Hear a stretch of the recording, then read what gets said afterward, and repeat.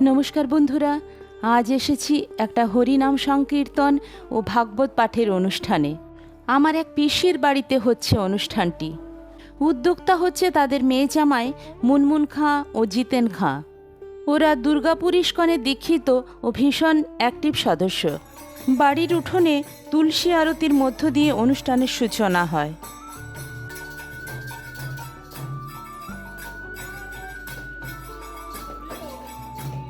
ইস্কনেরই কিছু সদস্য নিয়ে মিঠানিতে ওদের একটা গ্রুপ আছে। গ্রুপটির নাম হলো মিঠানি গীতা স্টাডি ক্লাস। ওই গ্রুপের প্রধান শ্রী প্রদীপ পাত্র ও তার স্ত্রী কাবেরী পাত্র তার গ্রুপ নিয়ে অনুষ্ঠানটি করলেন।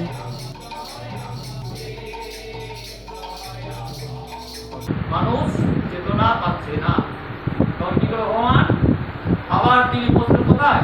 একটি জায়গা আছে, সমস্ত শুধু এক না, আবার সেই পত্রিকা শক্তিটা আবার তিনি ধ্যানস্থ হলেন। আর ধ্যানস্থ হয়ে দেখলেন যদি নাম পড়তে পারে। এই অনুষ্ঠানের কথক খুব সুন্দরভাবে কিছু শ্লোকের মাহাত্ম্য বুঝিয়ে দিলেন। ভাগবত কথা শুনতে ভালোবাসে না এমন সনাতনী হয়তো নেই বললেই চলে।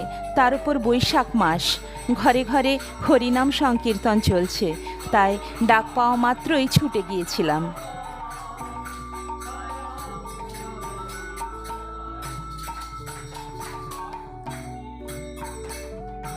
গীতার মাহাত্ম্য, গীতার মাধুর্য, গীতা শ্রবণের ফল যতবারই শোনা হয় কখনো পূরণ হয় না।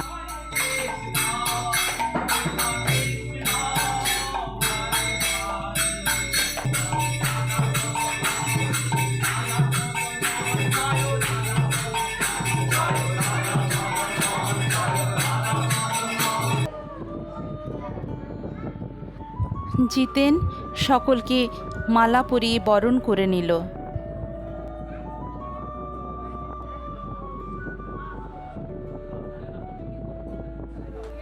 মুনমুনকেও একখানা মালা পরিয়ে দিল কাবেরী পাত্র মাতাজি।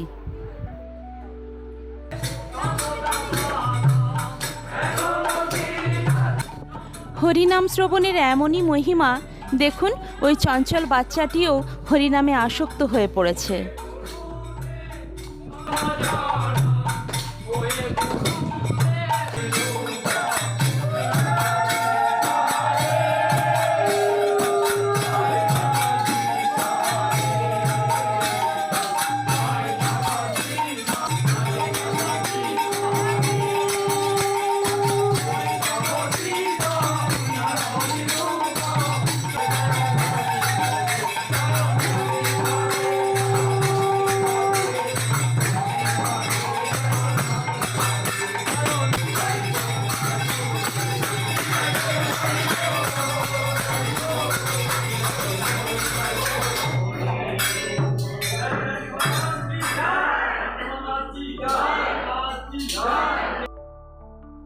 খুব সুন্দর প্রসাদের ব্যবস্থাও করা হয়েছিল।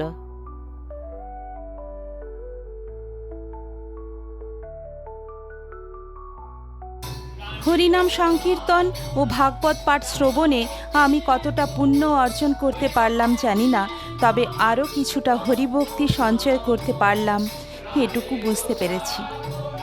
তো বন্ধুরা, আজ এই পর্যন্তই। দেখা হচ্ছে পরবর্তী ভিডিওতে। ততক্ষণ পর্যন্ত ভালো থেকো সবাই।